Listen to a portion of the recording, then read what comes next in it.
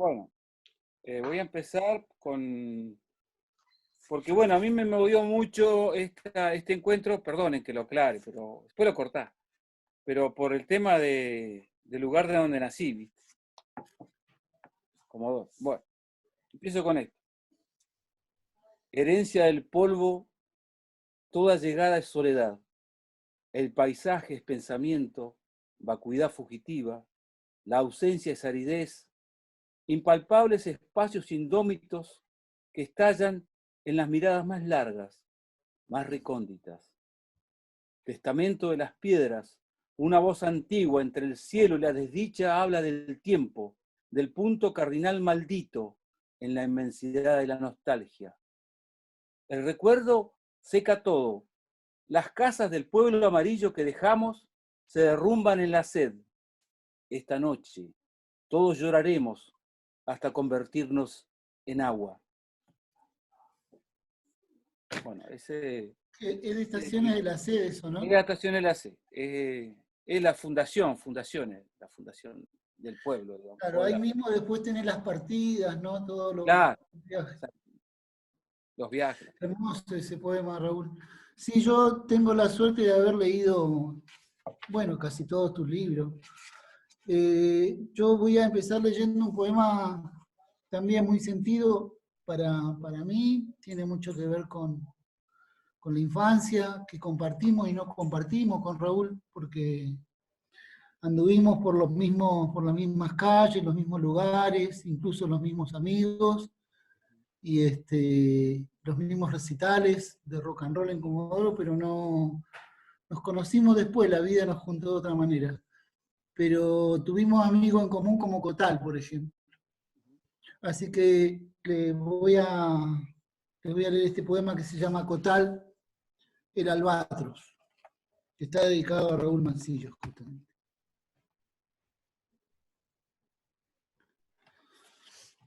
Cotal, el albatros, a Raúl Mancilla. Había un tipo que era despostador de carne en el frigorífico Siracusa y bailaba el rock and roll como ninguno. Se llamaba Cotal y pesaba 50 kilos de aire adentro de sus huesos.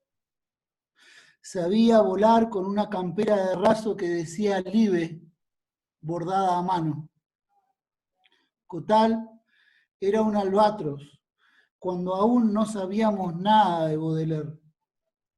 Una tarde lo vi llegar del frigorífico con el guardapolvos manchado de sangre. Dicen que aprendió a flotar agarrado a un picaporte. Bailaba sudando adentro de las cámaras de frío. Una noche fuimos a hacerle palmas sobre la arena de la Sociedad Rural de Comodoro Rivadavia. Cotal bailaba su danza alrededor de Linda Loli. Le leteaba al límite de sus jadeantes huesos. Ni Jim Morrison, ni las guitarras de Hendrix arderían un cuerpo de música como él. Cotal era el pájaro flotando alrededor de las caderas, el ave única desprendida de la carne en estado de trance o erotismo, sin fornicio ni lujuria. Esa noche ganaron el campeonato patagónico de rock and roll con zapatillas flecha. Los humildes pisaron el cielo de Creedence. La belleza entonces era un sueño púrpura, profundo, un smoke on the water. Muy bueno, muy bueno. Cotal. Muy bueno. Yo para aportar que Cotal lo conocimos, por supuesto, mi hermana más grande, ella era bailarina de rock y se sentía influenciada por Cotal. Tal es el caso que todavía mi hermana todavía baila acá en Neuquén rock and roll y le baila muy bien, ha bailado así, en tipo certámenes, todo eso. Nunca se olvida ella.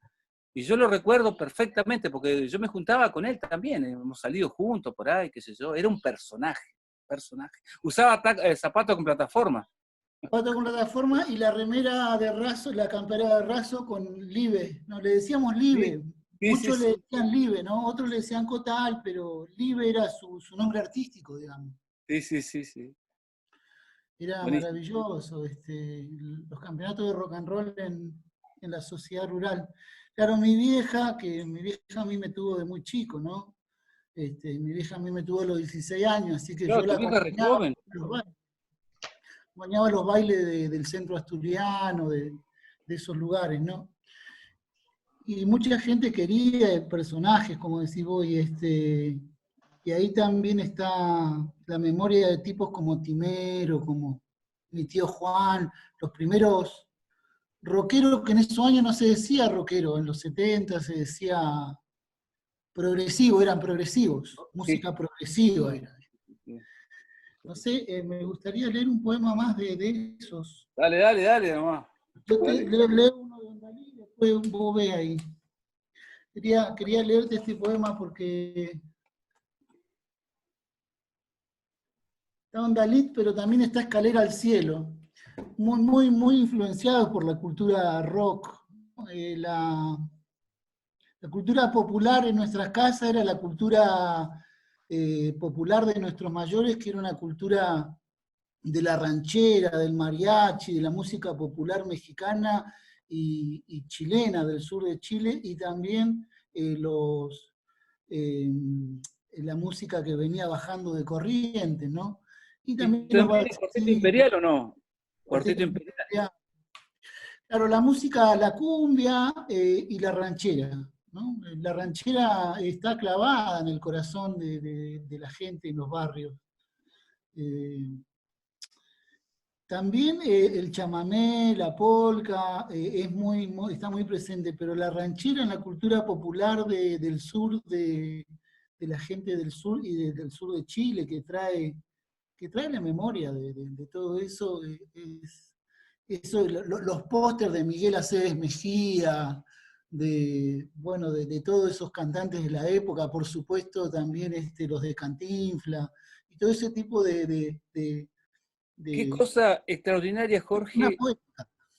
para visualizar ese tema, toda la influencia de lo mexicano, la cultura mexicana, los chilenos, y cómo los chilenos la llevaron al sur de Argentina, y cómo eso se ha sedimentado también, y cómo eso por ahí ha permanecido, pero no estudiado, quizá en detalle, no sé, quizás lo han estudiado y no sé. No creo que haya mucho estudio, lo que sí es una presencia muy fuerte. En los Yo barrios, a veces, increíble. en el barrio, la música popular de los mayores era esa, ¿no? La ranchera particularmente, y la nuestra ya era esta música progresiva, ¿no? Los discos de Zeppelin, los primeros discos de Manal, de Aquelarre, Y Creedence, y de Creedence. Creedence, al palo claro, todo el. dioses.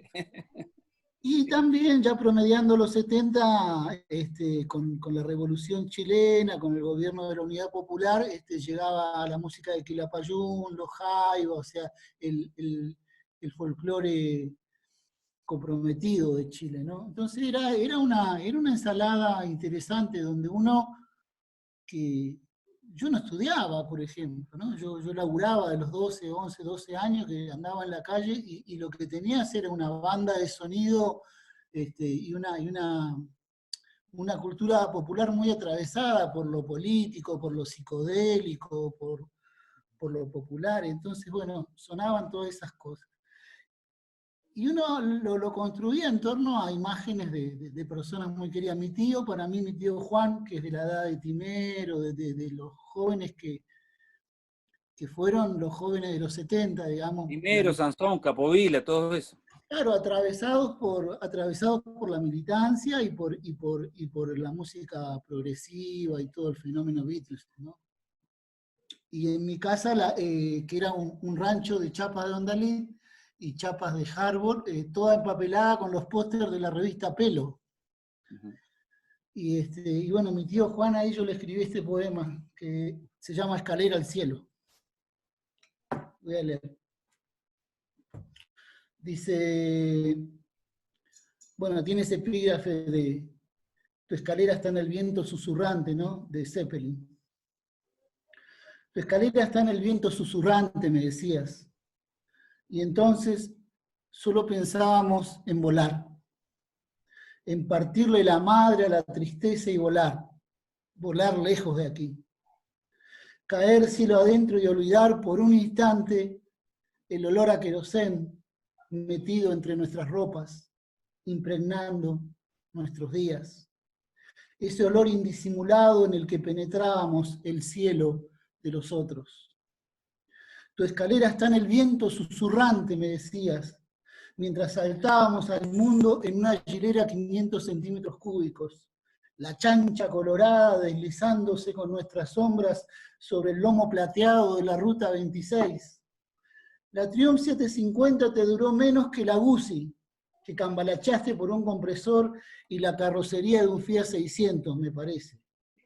Igual nos fuimos de peones golondrinas, niños haciendo equilibrio en los andamios, ayudantes de pintor, lustradores de autos, lobos fugaces en Cerro Dragones, ojos enrojeciendo en las petroleras de Pampa del Castillo.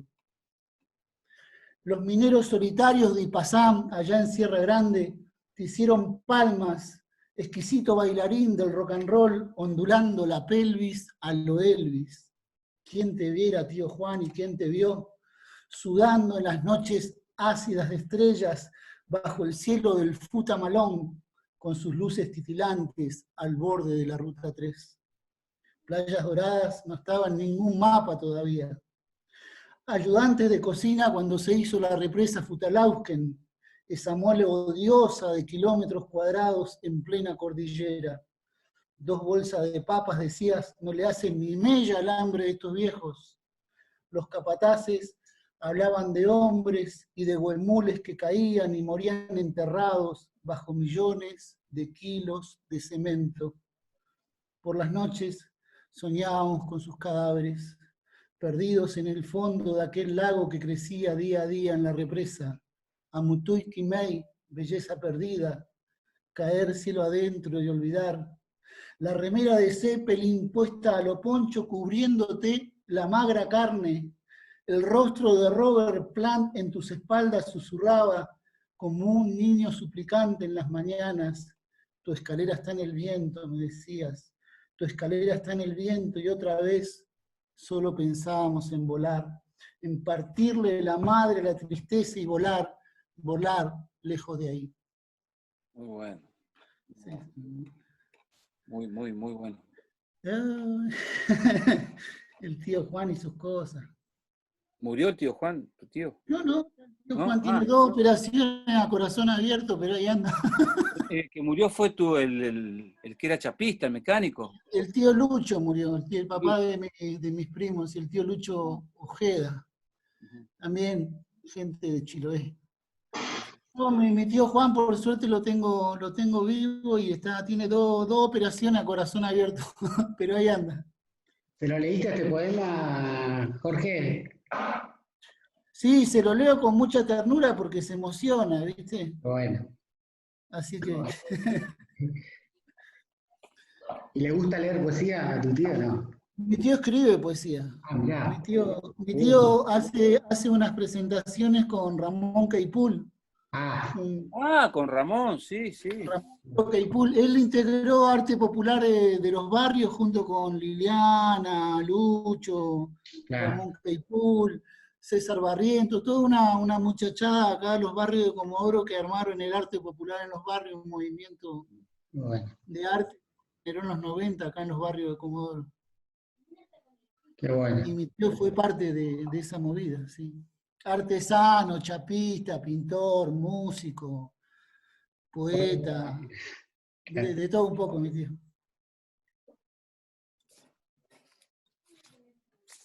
¿Qué va a leer, Raúl? Bueno, siguiendo con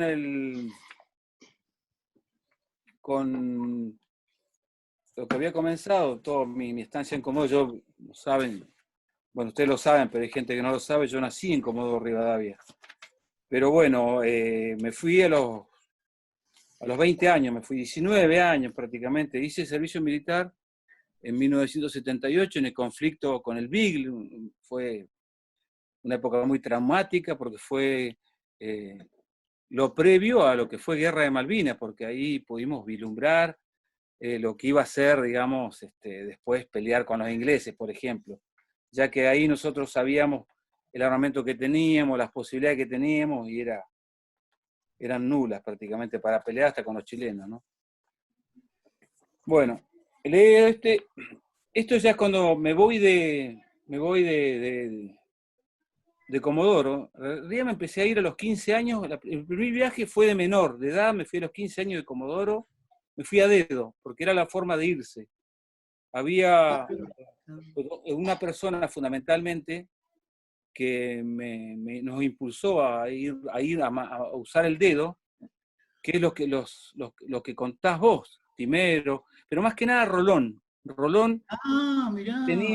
Rolón tenía la fama de haber llegado hasta Brasil a dedo. Y la idea de toda esta gente, estas especies de proto-rockeros comodorenses, era no tomar ningún colectivo, no jugar sucio. Si vos eras mochilero, vos tenías que hacer dedo. Y en cualquier cosa viajar, ¿viste? Y así fue. A los 15 años me fui a Buenos Aires, a dedo.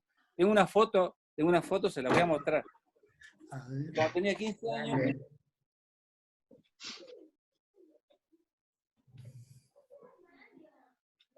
La foto dice la fecha inclusive, 1975, 75, sí. Un año. Está ahí. Estoy en el planetario. En el planetario. Qué bueno.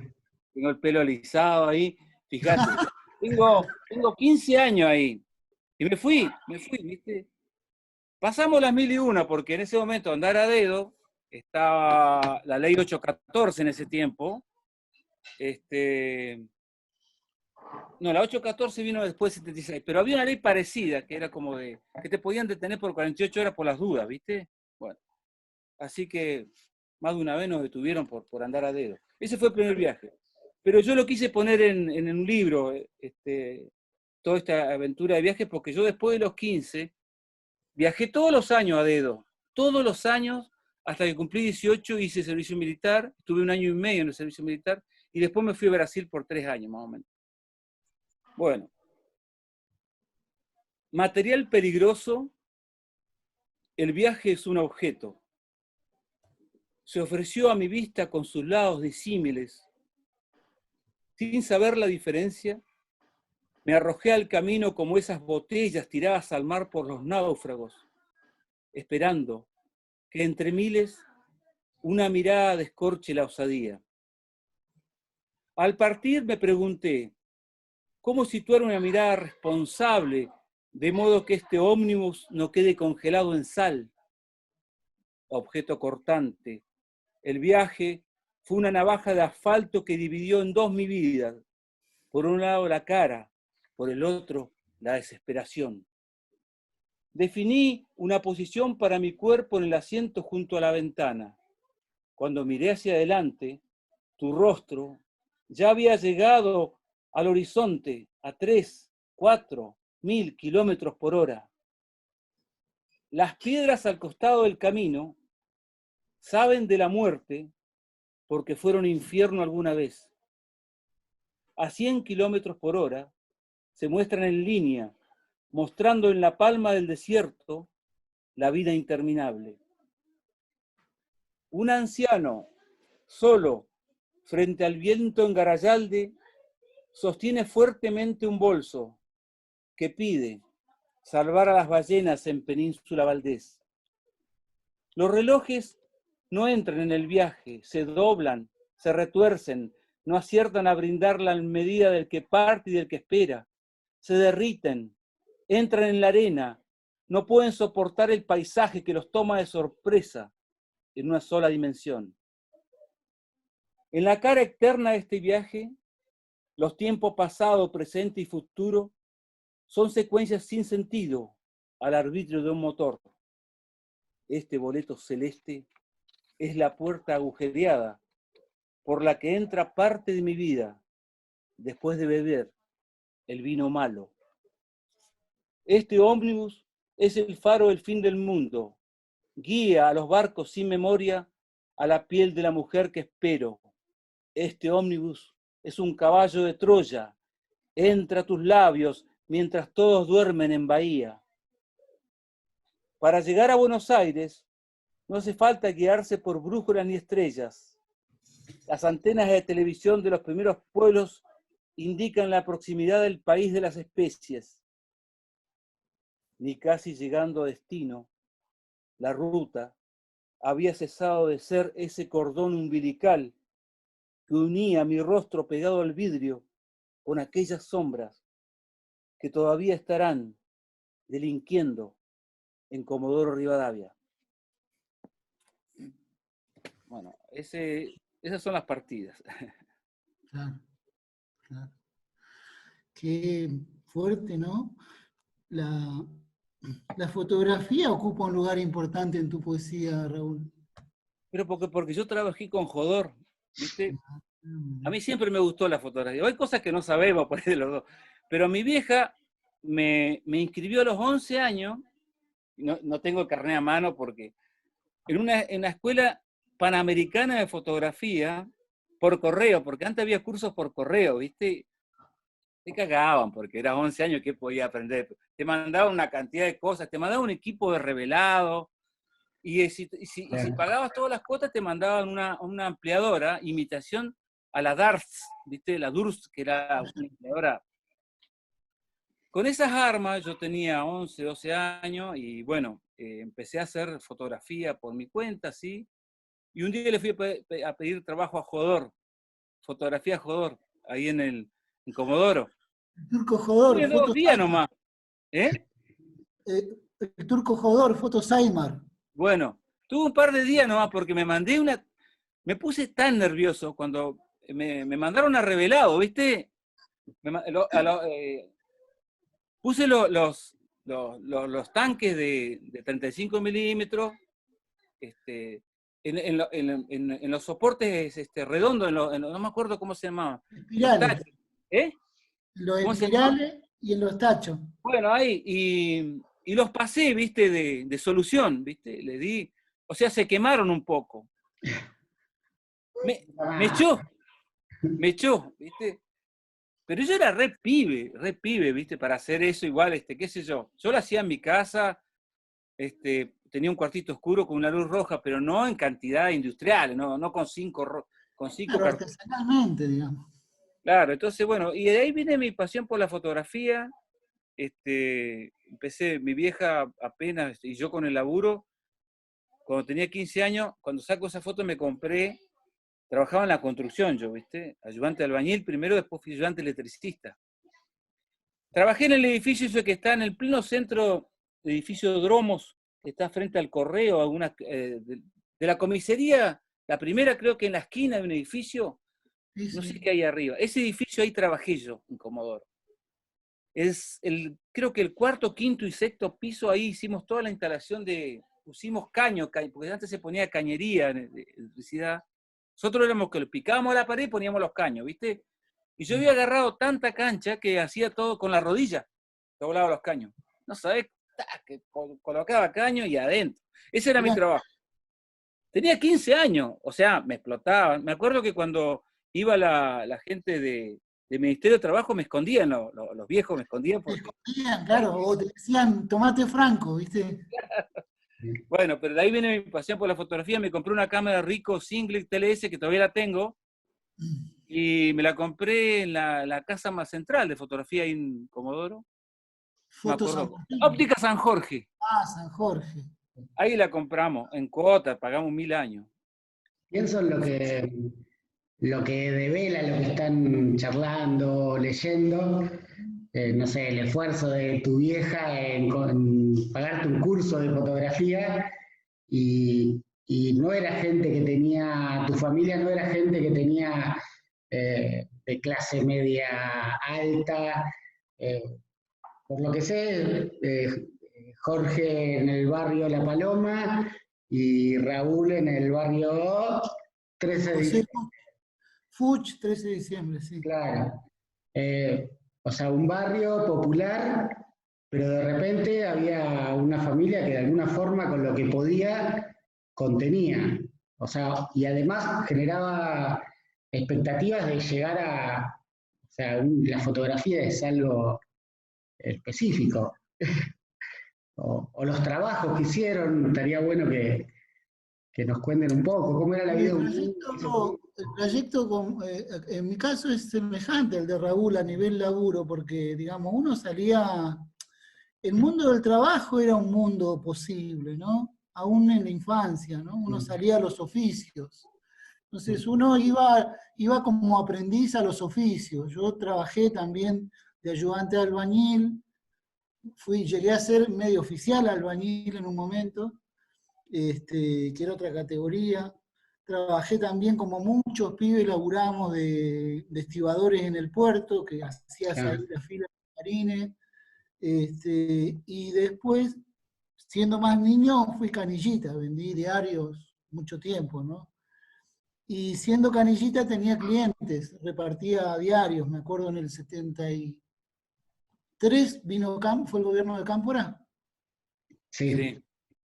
En el 73 yo estaba terminando séptimo grado y se hicieron los campeonatos de Vita y Hombre Nuevo en la época de Cámpora, y yo fui a Córdoba a jugar los campeonatos de Vita y Hombre Nuevo. Pero estaba terminando la primaria y vendía diario, ¿entendés? Claro. Y un cliente que yo le dejaba ahí cerca de lo que dice Raúl, del Turco Jodor, que estaban en la loma, había dos centros, el centro al que no lo pisaba porque era un mundo muy ajeno para nosotros. Íbamos a un segundo centro comercial que era la loma, ¿no? Donde terminaba, era el límite entre civilización y barbarie, digamos. Nosotros llegábamos a ese lugar, que era la última calle asfaltada, o la última calle iluminada, y era un pequeño centro comercial en la calle Alem y la Rivadavia, y yo ahí le dejaba el diario a un estudio fotográfico que se llamaba Foto Azul, Sí, sí, enfrente a los trailers de los gringos, en la sí, sí, época del petróleo, ¿viste? sí, sí, sí.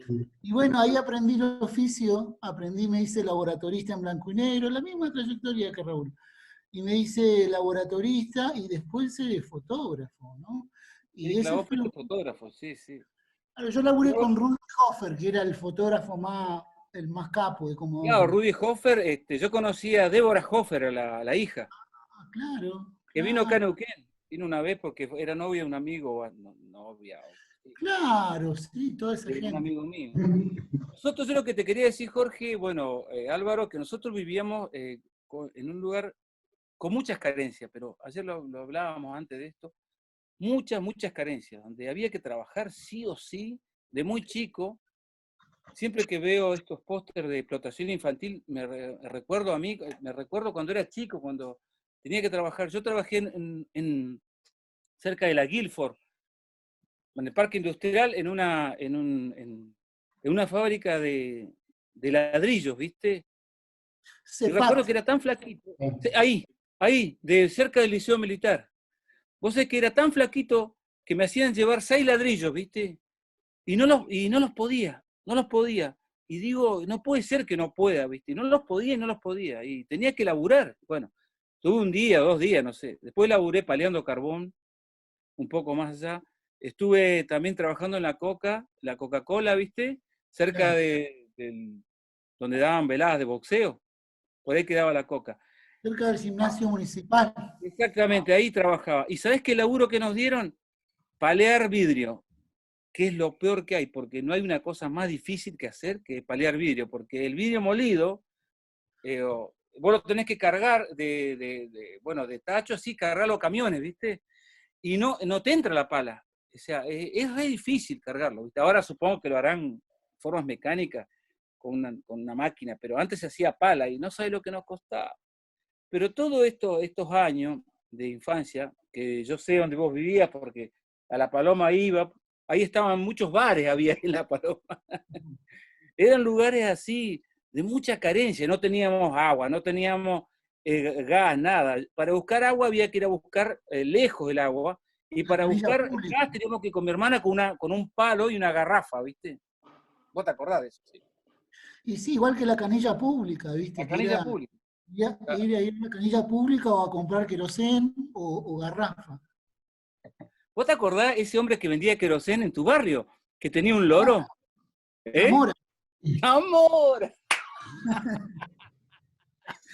Del 18 de septiembre abajito estaba Don Zamora. Sí, que yo iba y golpeaba el loro, me tomaba el pelo siempre que iba, qué hijo de puta. No sé qué loro, qué inteligente el loro, por Dios. Oh, ese bicho, sí, sí, todos nos Buena. acordamos de Don Zamora. No, y por ahí es re atento y por ahí te mandaba a la mierda, te reputeaba el loro, es tremendo era. Sí, sí. Claro, bueno, todo eso. No, a ver, claro, un mundo también maravilloso por todo lo que pasaba, ¿no? Era un mundo de muchas carencias, pero también de mucha vida comunitaria, social, Sí. política. Uno le llegaba de chanfle, de refilón, le llegaban los universos eh, políticos, ya sea porque había una unidad básica, ya había porque había una organización social en el barrio, o ya porque venía alguien de Chile donde se estaba viviendo el proceso de la unidad popular. Es decir, había una dimensión social, política, y el barrio era un lugar. En cada barrio había un club de fútbol, un centro comunitario que en ese tiempo eran las uniones vecinales, ¿no? La unión vecinal del Club 13 de Diciembre, que vos Bueno, el frecuentabas. famoso Club 13 de Diciembre que todavía está, ¿o no? Está, sí, está. Y eran lugares plenos de encuentro, de vida. Yo quiero leer un poema Vamos, vamos. que se llama Ondalit. Ondalí, como las chapas. Las chapas de Ondalit eran chapas de cartón empetrolado. Claro. Las chapas de los ranchos, de la Con paloma, canaleta. claro, Claro. de la gente de los cerros, ¿no? Del faldeo de los cerros y de los sectores populares de Comodoro. Ondalit era una marca, era la marca de las chapas de cartón empetrolado. Y el poema se llama Ondalit Cooker Justok La Paloma. Ah, Todavía no encontré un título mejor, pero ahí está todo metido. Está la chapa Ondalit, está Cooker, está Justok, y es todo eso inédito. en La Paloma, inédito, sí. Y tiene también un epígrafe de esa canción que canta Joe Cooker, que es de los Beatles, ¿no? Una Ah, pequeña... sí. Una pequeña ayuda para mis amigos. Esa es. Y la traducción del verso inicial dice así: ¿qué pensarías si cantara desafinado? ¿Te levantarías y te alejarías de mí? Préstame tus oídos y te cantaré una canción y trataré de no cantar fuera de tono. El disco era rojo y verde, del sello Atlantic, creo que era. Eran importados de vinilo, los traían en casa Villeco, y también bajando a San Martín por Francia o Italia, no recuerdo bien, había otro local donde una mujer traía discos y remeras estampadas, psicodélicas le decíamos, pero nunca alcanzaba el mango para esas remeras. Había una pieza en el cerro, un póster de Joe Cooker, de la revista Pelo, un plano contrapicado, con sus manos agitándose una tarde histórica de Justok, allá lejos. El disco giraba en el Winco de Juan, con parlantes agregados. El alarido de Joe en el minuto 5 de Una pequeña ayudita para mis amigos era una lija gruesa ardiéndonos por dentro. El mundo pronto iba a reventar, salpicándolo todo en esa pieza sin agua adentro, pura chapa asfáltica de Ondalit asomando entre los cerros. Y la voz de Janis Joplin que nos hacía temblar como un techo suelto bajo el viento. Había también un disco de Santana, una mujer de magia negra, un póster de Hendrix con unas guitarras ardiendo. Había un mundo en llamas. La cantata de Santa María de Iquique, un disco de los Jaivas, todo andaba por ahí. Meábamos afuera, en una letrina que tenía un signo de la paz en la puerta. Pero después de eso nos declararon la guerra y todo se volvió un poco más tenso. Los falcos verdes pasaban bajándonos los decibeles a fierrazos. El grito de Joe, el rucio de la cantata, los dedos de Jimmy, la garganta de Janis, la voz del Pocho Silveira, todo siguió ardiendo, como un disco crepitante que da vueltas y vueltas en las noches fuera de surco y no para todavía. ¿Qué pensarías si te cantara desafinado? ¿Te levantarías y te alejarías de mí? Préstame un ratito tus oídos y te cantaré una canción. Trataré de no cantar fuera de tono. Muy bueno. Qué Esa bueno. historia. Muy sentido. ¿Sí? Tuvimos un gesto en paralelo con Raúl que fue adelantarnos cuando dijiste qué pensarías, como ese tono de diálogo que entra en tu poesía que de repente te interpela mientras estás escuchando, que entraste al tema. Eh, Sí, sí. Bueno, no. Te quedaste duro, Jorge, en la cámara.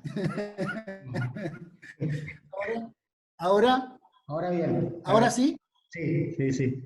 Sí, por momentos Este, quedaste ahí fijo. está viendo de las chapas Va, Ondalí. ahora. Ahora perfecto. Está muy bueno Ah, ese sí. poema. Dice conexión inestable. Ahí va. Ah, Bueno, sí. A mí me pasa, creo que la compartimos la sensación, Raúl, que uno vivió en esa pobreza, podría decir, pero uno no tenía autocompasión. No, No, claro. lo más lejos que había de nosotros era la autocompasión. Era un mundo lleno No, de no. esperanza también, ¿viste? No, no, De claro. solidaridad, de violencia, sí, pero había un territorio de juego muy marcado también, ¿no? Fue la Yo experiencia de uno. en la poética de los dos que hay una mirada, o sea, hay héroes ahí.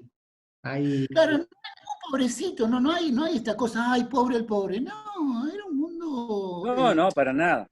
un No. Yo heroísmo, lo no sé. llevo a la referencia lo traigo a colación porque justo me junto con Boy, porque bueno, somos de un barrio contiguo, un barrio de mil carencias, No, y pero que nosotros yo hayamos comparto. salido de ahí a escribir poesía, no es algo que uno pueda decir también que es una casualidad, porque la palabra, de alguna manera, bueno, en Jorge uno lo puede notar, la cultura, de la oralidad, era muy fuerte, porque había una amalgama de culturas que nosotros recibimos, ¿viste?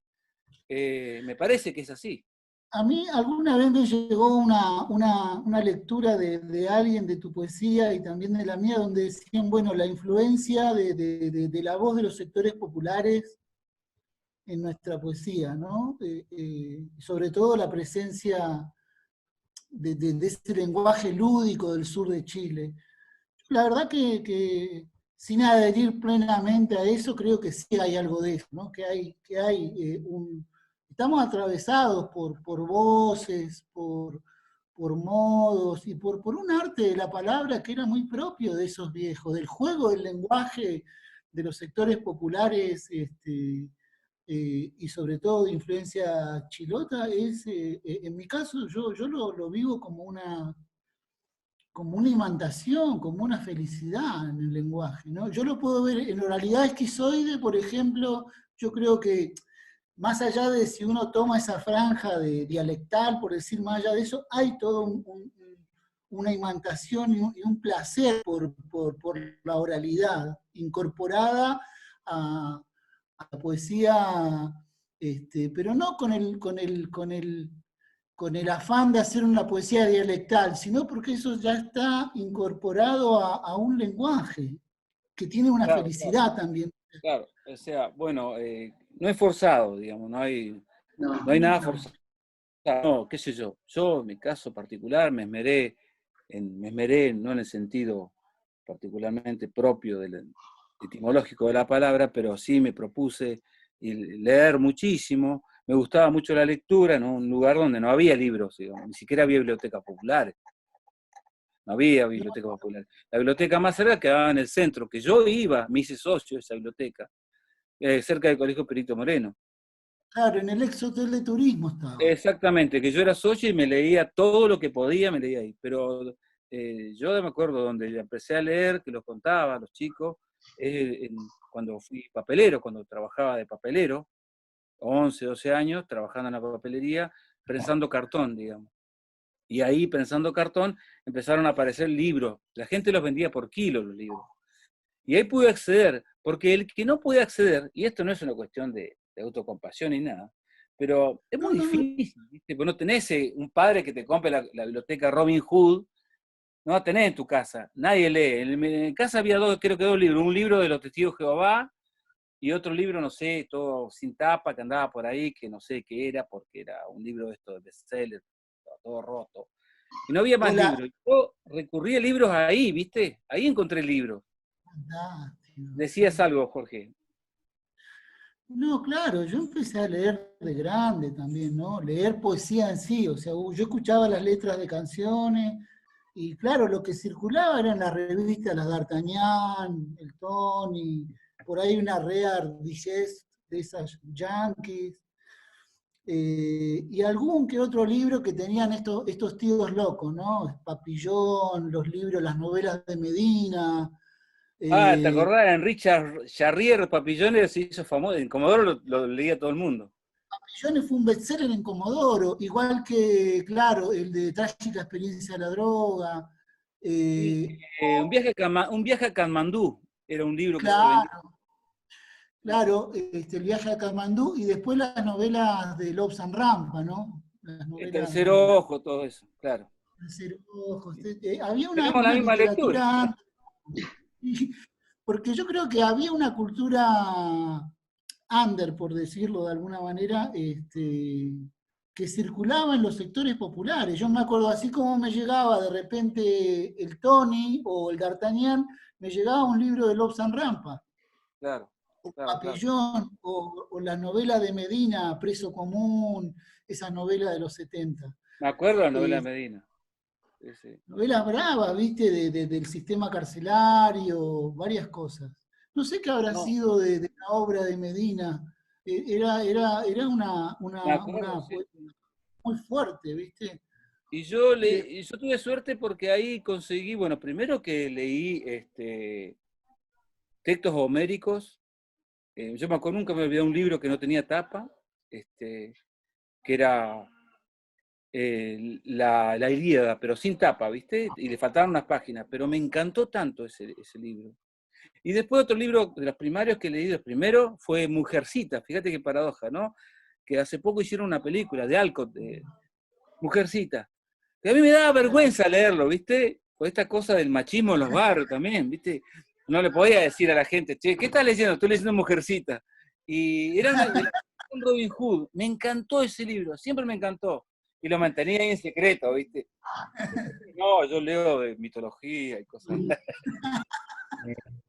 De Troya, la guerra.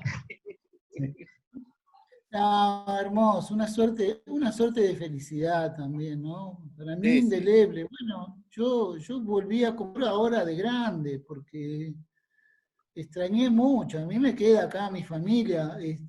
Yo tengo mi vieja, mis tíos, mi hermano, mis primos, mis sobrinos. Y siempre soñé con regresar, ¿viste?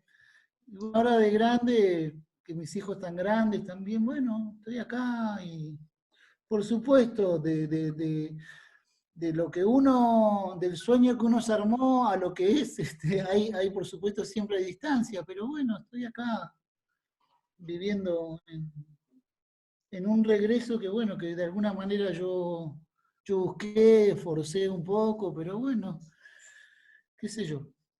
Eso en Eh, perdón, en la música el lugar importante que ocupan o sea, en los sectores populares, en todos, pero en los sectores populares es la poesía, es el universo del arte, la música, y pensaba que contaban el tema de las rancheras, lo mexicano, que quizás estuvo, se me ocurre, ligado a la Revolución Mexicana.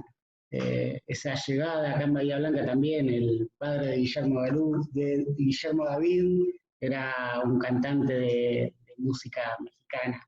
Eh, era muy popular y después generacionalmente ese lugar lo ocupó el rock. Pero también Claro. ligado a luchas sociales y pienso en qué puertas abrió el rock. Recuerdo alguna vez, no sé si era Jorge o Raúl, en algún encuentro en Villalonga, de esos que había en los años 90, de las cosas buenas que pasaron en los 90, lo escuché decir que recorrieron bibliotecas, imagino que era Jorge, no sé por qué, de recorrer bibliotecas buscando un libro de Artaud. Y, Jorge. y no lo encontraba, hasta que alguien le dijo que no se escribía Artaud. Eh, Pensando en Spinetta, en el lugar que fue el rock, o Baudelaire, todos nos chocamos con eso. Sí. ¿Sabés quién fue? Fue el Negro Isla que falleció, ¿viste? Aquilino Elpidio Isla. ¿Se recuerdan de ese narrador que tuvo después una editorial? Sí, yo lo El recuerdo, claro que sí. negro El Negro Aquilino Isla, Elpidio sí, Isla, sí, que, sí. Buen que tuvo narrador, muy buen narrador. muy buen narrador, muy buen narrador. Cuento con Rodríguez, era un clásico de él, y Sí, después tuvo claro, claro, claro. Uno de los grandes narradores que un muy había. buen narrador. Y Sí, tuvo sí, una editorial que se llamó La Florida Blanca. claro. Él era de Caleta. Y un día, yo era pibe, ¿viste? Y un día me mandé, pero de caradura, me mandé a una lectura de poesía que había en no, un encuentro de escritores que había, que lo había organizado David Aracena. David, qué personaje. David Aracena lo había organizado y yo me mandé, y bueno, en un momento ya para los postres dijeron, bueno, subí, pibe, qué sé yo. Y subí, leí unos poemas y no me dieron mucha bola, pero vino el Negro Isla y me dice, el Negro Isla creo que andaba, no sé si no andaba Artola, no sé, andaban, viste, gente más grande, que no vivía en Comodoro. Y me dice, tus poemas tienen algo de Baudelaire, me dice. Bueno, gracias, que yo no tenía ni idea quién era Baudelaire, por eso pongo en el poema de Cotal, Cotal era Albatros cuando no sabíamos nada de Baudelaire. Y bueno, de Claro, ahí está me fui a buenísimo. la biblioteca de Comodoro, y claro, vos no podías entrar, ¿viste? Tenías que pedir. Y yo buscaba Baudelaire con B corta, Baudelaire con B larga, después digo, será Faudelaire, buscaba Faudelaire. Y no, bueno, hasta que un día leyendo a Baudelaire me di cuenta que ese Baudelaire Era Claro. era él Baudelaire. mismo. Tanto así que el primer seudónimo que usé para un concurso, eso fue Baúl del Aire, que Claro. salvo la L, es la descomposición de Baudelaire, ¿no? El seudónimo era Baúl del Aire. Che, bueno, leámonos unos poemas más, Dale, Raúl. dale, dale. Eh, a ver, ¿qué tenemos? Bueno, yo, siguiendo con lo de Comodoro, ya terminaría con esto, con lo de Comodoro. Porque Estamos tengo como toda una vida Orestes. hecha también en Neuquén, viste, que es una ciudad que amo, realmente. Bueno, Sí, hermoso, e- ¿no? estos son dos poemas cortitos que son de la época que yo vivía en Comodoro Rivadavia y en el cual está mi padre, la figura de mi padre siempre fue muy fuerte, por lo bueno y por lo malo. Mi padre, una persona muy contradictoria, pero bueno, alcohólico, su padre también era alcohólico y el abuelo alcohólico, o sea, eh, muy difícil, pero cuando tenía todo un costado, digamos, de una rebeldía que todavía no he visto, una persona casi podríamos decir anárquica, anarquista, con unos valores inmensos así, de solidaridad. Él, por ejemplo, acá en el barrio todavía lo recuerdan porque cuando lo venían a buscar así para trabajar y eso, hiciera algo de la casa, del barrio, él no te cobraba, nunca te cobraba, no le cobraba. Y a veces no tenía para plata él, pero porque se había quedado sin trabajo. Pero él no te cobraba porque tenía conceptos de minga, muy de Chile del Sur, muy chilote, que en la cual se ayudan unos a otros, ¿viste? Es lo que sí quería que después, si él pide algo, que lo ayuden, ¿viste? Una cosa así, digamos. Claro, la minga. Pero tenía cosas jodidas también el viejo. No vamos a romantizar sobre nuestros padres, pero bueno, yo escribí estas dos cosas. Este se llama El barrio líquido del héroe. Sepultado entre cientos de viviendas, yace lo que fue de niño, oculto por signos de cemento que lo niegan, es devuelto por la luz. Se repite en las ventanas rotas, donde cada trozo crece, todavía el padre, volviendo borracho y a las 10. Bajo las viviendas tiembla la cabeza del joven entre varias capas de alcohol, mientras la noche es un revólver de vidrio y la madre gime en los rincones del diablo. Y este es el otro que se llama El carpintero líquido porque mi viejo era carpintero. Cuando entendió la geometría del paisaje, ya se habían borrado los paralelos y las sombras. Mudo, no tuvo palabras para definir la soledad. Perdido en un mapa de viaje, ni un punto de vista, siquiera un mojón, precariamente hizo una casa de madera, de la que yo salí una noche cuando entró el alcohol. Extraviado y ya sin tonos, exaltó colores que dijo tener en la manga, y los griegos entraron a la miseria del hogar, en un caballo delgado, sin equilibrio, inverosímil. Bueno, estos son los dos poemas dedicados a esa época de Comodoro también. Cuando hablo de Rincón del Diablo, me refiero a Rincón del Diablo, que es un lugar que queda, bueno, vos lo sabés dónde queda. Rincón del Diablo allá arriba. ¿No había un Rincón del Diablo? Ah, no, el Balcón del Paraíso y el Rincón del Diablo, sí. El Balcón del Paraíso y abajo el Rincón del Diablo. Claro, en Comodoro, claro. Sí, sí. Yo voy a leer dos poemas, uno que tiene que ver con esos héroes del líquido, ¿no? Como para dialogar con este familiar también, los dos zapatos en el aire, ¿no? El mundo de la construcción y de esos viejos. Una mía amiga dice que es difícil ser poeta, que es un peligro andar mostrando las costillas por la calle o en un libro. Yo le digo que no es difícil, que más jodido es ser acróbata o albañil en las alturas. No es difícil escribir, lo difícil es no caerse para arriba o para abajo. Que eso fue lo que le pasó al finado Justo Cárdenas. Por ejemplo, él llegaba en pedo a la obra y se ponía a revocar con un pie afuera del andamio. Hacía equilibrio. Y un día se ve que se olvidó y apoyó los dos zapatos en el aire. El resto ya se sabe.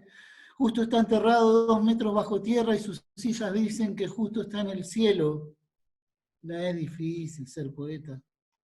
Yo escribo estas palabras al borde del andamio. Un clásico. Y el otro que me gusta leer mucho, que es el del universo también de ellas, ¿no? De las viejas, de las abuelas. Y acá nombro el Balcón del Paraíso, que está arriba del Rincón del Diablo. Lo nombraba la Eufemia. La casa donde nosotros nos criamos estaba hecho porque antes los pozos de petróleo las torres tenían chapa. Bueno, mejor que lo cuente la Eufemia. El monólogo de Eufemia, sentada arriba de mi chapa. 3 días y 3 noches arrastramos las chapas de un pozo de petróleo abandonado. No las robamos. Se las pedimos a lo del gobierno para hacer este rancho y los corrales. 3 días y 3 noches arrastramos esas chapas viejas, arañando el lomo pelado de los cerros. El viento iba bailando encima de nosotros.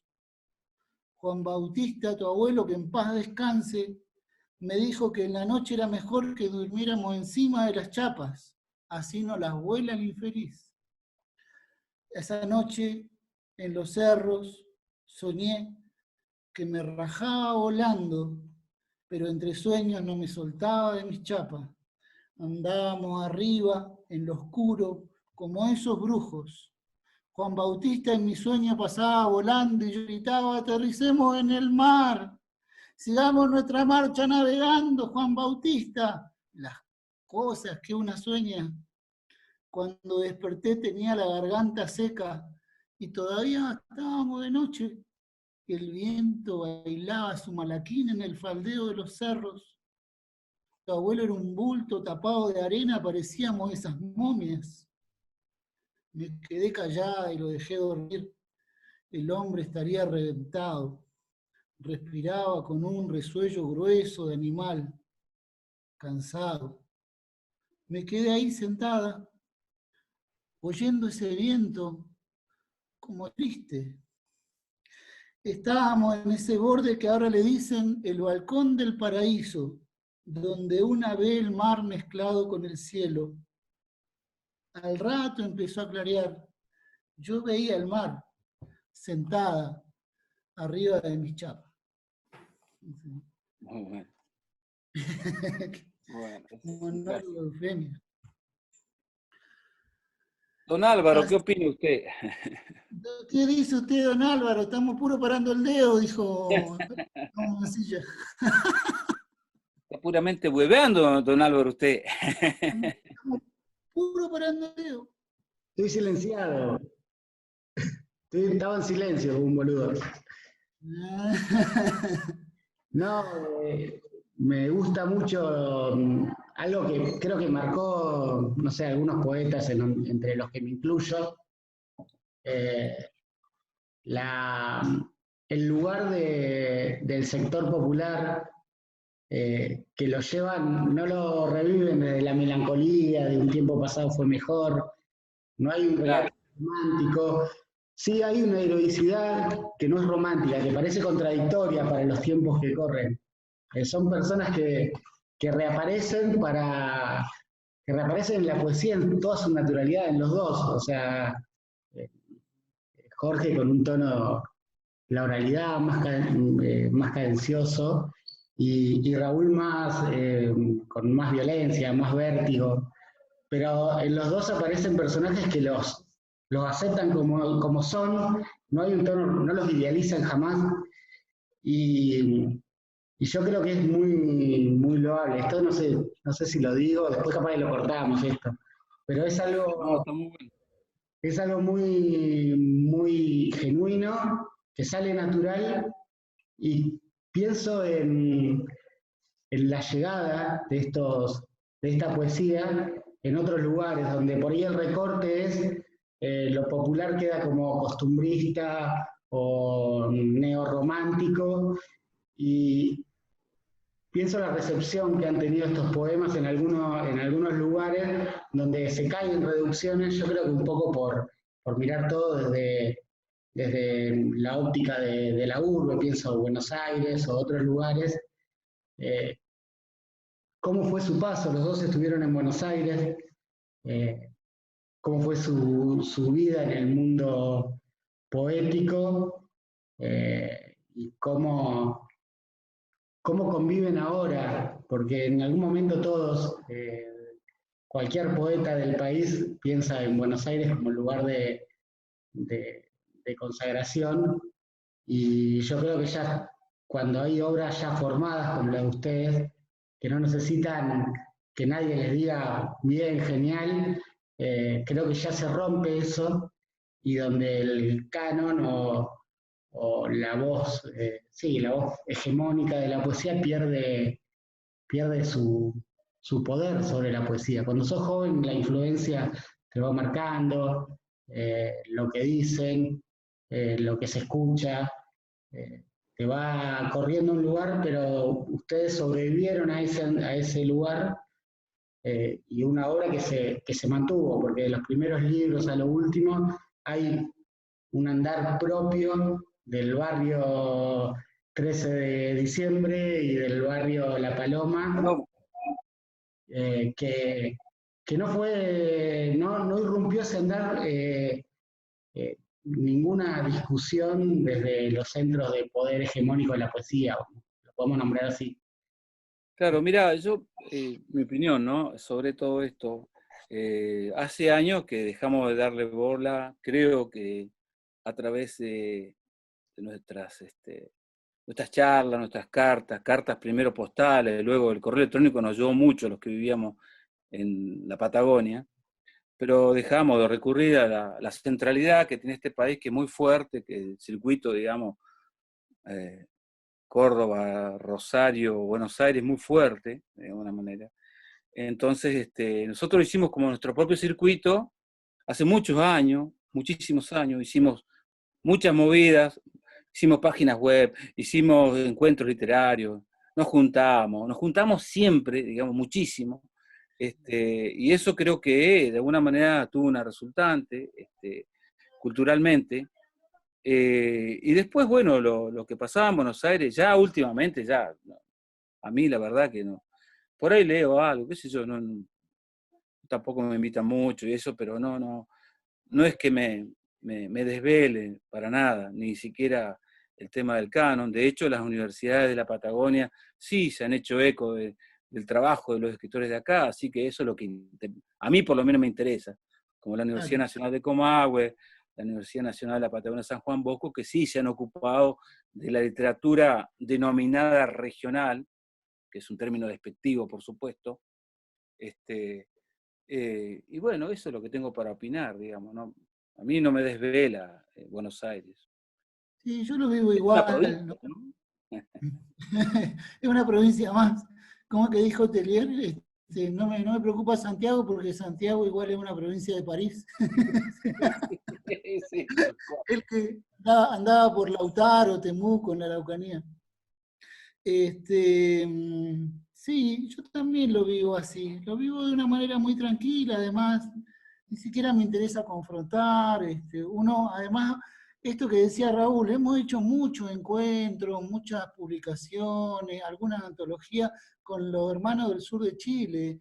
Hemos construido, si se quiere, un campo poético, literario, hasta me animaría a decir una hermandad que trasciende las fronteras nacionalistas, y Tal cual. trasciende incluso la patagonialización del sur. Nosotros hablamos del sur, el sur de Chile, el sur del mundo, porque Patagonia, con su sello y sus encantos, y lo que se espera de un poeta patagónico, también está lejos, creo, de nosotros. Nosotros incluso resistimos no solamente la regionalidad, sino también la patagonialización de nuestro espacio. Empezamos a pensar en el Gualmapu, empezamos a pensar en Chiloé, empezamos a pensar en Punta Arenas, empezamos a pensar en Bahía Blanca, en La Pampa, empezamos a leer a las maestras, los maestros, la poesía popular, la cultura popular, y hemos transitado con cada vez, creo yo, con una mayor conciencia crítica y poética de la belleza de este mundo que habitamos, sin inocencia, con toda la crueldad y a veces la sequedad que tiene habitar estos espacios, pero es el lugar que nosotros vivimos y conocemos, y bueno, de ahí, después, ser el poeta patagónico o ser el poeta que se espera en los grandes centros, ya sea Santiago, Buenos Aires, no es algo que, qué sé yo, nosotros estamos atravesados por tantos vínculos con el sur de Chile, por ejemplo, o bueno, ahora en estos últimos años, que está esto que se abrió, digamos, un campo de juego, de amistades, con la gente de Bahía Blanca, por ejemplo, que antes no sucedía, Claro. ¿no? Sí, sí. Bahía Blanca era un fortín que miraba hacia Buenos Aires, ahora Bahía Blanca hay Claro, interlocutores, ¿no? claro, Qué sé claro. yo, está Marta, bueno, la gente que está, Álvaro, la gente que está en Bahía, o sea, vamos habitando un territorio que son muchos territorios a la vez, también pensando en las lenguas, en los pueblos, en Sí, muchas claro. cosas me parece que nos Acá, hace, aparte nosotros acá tenemos, bueno, el mundo mapuche, ¿no? Que es una cultura muy, muy fuerte, muy, muy fuerte, que nos atraviesa a todos, inclusive a aquellos por ahí que tienen algunas ideas un tanto fascistoides, que también los atraviesa porque no hay forma. de que no te atraviese, porque, digamos, es una cultura muy, muy antigua que está acá, muchísimos años, han ido y venido, donde las fronteras no existían, y eso ha sedimentado en la cultura, ¿viste? Yo recuerdo, le contaba ayer a Jorge que charlábamos antes de esto, que, bueno, él también lo decía, la cantidad de palabras en mapuche que tenían nuestros padres, nuestras madres, nuestras familias, que nosotros no sabíamos que eran mapuches, sino que estaban ahí, estaban presentes, pero bueno, las hablábamos. Bueno, Bahía Blanca también, ¿no? Sí, sí. Pero que no es un detalle menor, porque tiene que ver también con esto, esta impronta que tenemos la gente que vive en el sur. Claro. Bueno, lugares como Bahía Blanca hay un fenómeno que ustedes son hijos, que es el migrante chileno, donde de repente en Bahía Blanca hay un sector donde siguen un desprecio hacia el chileno, pero uno cuando va hacia el sur, acá nomás al sur, en los barrios de Bahía Blanca, ya el chileno no es el padre, es la madre, no está esa chilenofobia que por ahí se vive en Buenos Aires, de decir, bueno, nosotros somos parecidos a Uruguay, los argentinos son parecidos a Uruguay, y no, en el sur, en la Patagonia, somos parecidos a Chile, y en Jujuy, Salta, somos parecidos a Bolivia, y en Formosa, somos parecidos a... O sea, Mira, yo quiero decir algo antes de que siga por ahí, sigan, porque pues lo dije ayer y lo quiero decir, digamos. El tema del antichilenismo es una cuestión bastante jodida que vivimos todos, los que somos hijos de chilenos de alguna manera, en la Patagonia. Más allá de lo que pasó en Malvinas, con la guerra de Malvinas, que allí, de alguna manera, digamos, la jerarquía, el establishment chileno, hizo lo que hizo y de alguna manera traicionó la lucha del pueblo argentino. De alguna manera, por lo menos, del pueblo que tenía una sensibilidad hacia aquello que era el colonialismo, ¿no? Inglés. Pero cuando yo vivía en Comodoro, me recuerdo que yo vivía en una toma que no había subdivisión de terreno ni nada, porque inclusive entre terrenos uno se comunicaba por pasillos internamente, la gente de condición muy humilde, y enfrente teníamos el barrio 13 de diciembre, que era el barrio que a nosotros nos decían 13 de diciembre, pero en realidad éramos José Fuche, éramos cementerio, éramos cualquier cosa. Pero ahí vivía la gente de YPF. Por lo cual el peronismo hizo muchísimo, digamos, de alguna manera.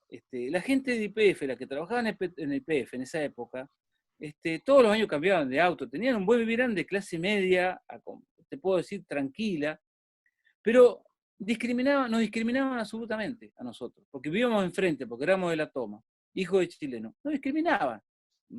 Había una discriminación fuerte que la sufrimos y que por ahí uno después no le daba bola, pero eso existió, digamos, ese chauvinismo existió, todavía existe en este ser argentino y da bronca porque no debería ser así. Y porque hay mucha hipocresía, ¿viste? Alrededor de los componentes culturales argentinos. Porque Argentina es esto, sí, son los europeos, buenísimo, como decía Sarmiento, como decía Roca, que hay que plantar gringos, pero son los mapuches, son los descendientes de portugueses, los descendientes de yugoslavos, los descendientes de chilenos, descendientes de paraguayos, descendientes de bolivianos. Y eso todavía no está asumido, ¿viste? Yo lo viví como pibe, como joven, una gran discriminación. En la periferia de Bahía Blanca también, porque he leído las obras de Elsa de Hernández, ¿no? Es conocida tuya. ¿Cómo? Graciela Hernández. Graciela Hernández, donde ella no solamente evalúa, sino que aparece esa discriminación, ¿viste? Bueno, es como para referenciar nomás los momentos que uno ha vivido, digamos, ¿no? Sí, yo trabajo de profe, ¿vieron? Y yo lo que veo, por ejemplo, trabajo de profe en un instituto de formación de las provincias, los institutos, ¿viste? El 807, y doy clases de literatura para las chicas que están estudiando para maestras.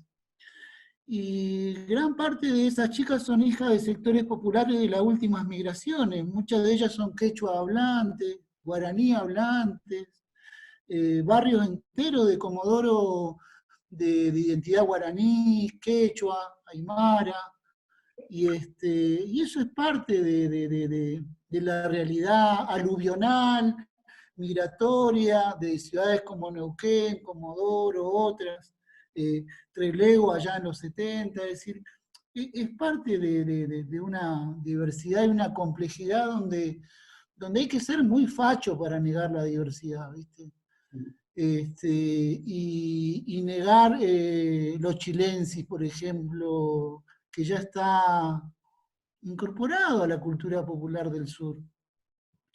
Yo quiero leer el poema ese que le dediqué al pelado Almonacid, si te parece. Dale, dale.